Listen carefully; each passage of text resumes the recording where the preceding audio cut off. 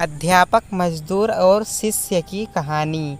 एक बार की बात है, एक बार एक अध्यापक एक संपन्न परिवार के शिष्य के साथ कहीं जा रहे थे, तो उस शिष्य को कुछ मजाक सूझी, क्योंकि उसको रास्ते में किसी गरीब मजदूर के जूते दिखाई दिए।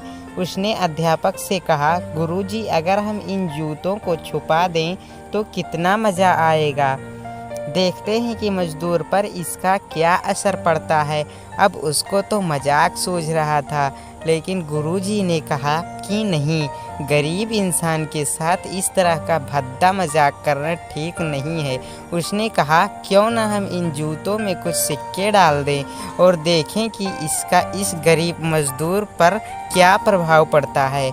उन्होंने ऐसा ही किया। जैसे ही मजदूर अपना काम करके लौटा और उसने एक पाँव अपने जूते में डाला, तो उसको कुछ कठोर सा महसूस हुआ। उसने अंदर हाथ डाला तो उसको कुछ सिक्के दिखाई दिए। वह थोड़ा आश्चर्य में पड़ गया। आसपास किसी को देखा तो कोई भी दिखाई नहीं दिया। वापस उसने दूसरा पैर अपने जूते में डाला और वापस उसको उसमें कुछ सिक्के दिखाई दिए।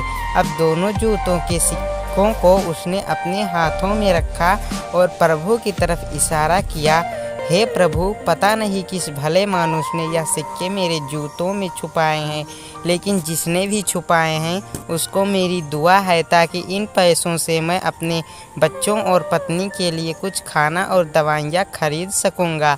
और इतना बोलकर वह चला गया। इस बात को शिष्य और अध्यापक दोनों सुन रहे थे। अब अध्यापक ने शिष्य से पूछा कि अब तुम मुझे बताओ कि तुम्हें कैसा महसूस हुआ, तुम्हारी पहले वाली मजाक या मेरा यह तरीका।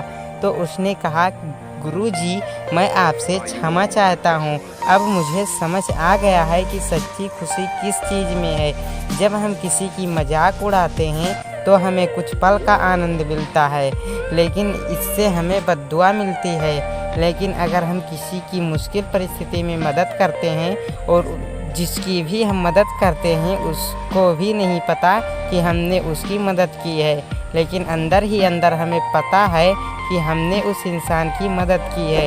यही सच्ची खुशी है। जब हम दूसरों को खुशी देते हैं तो हमें सच्ची खुशी मिलती है।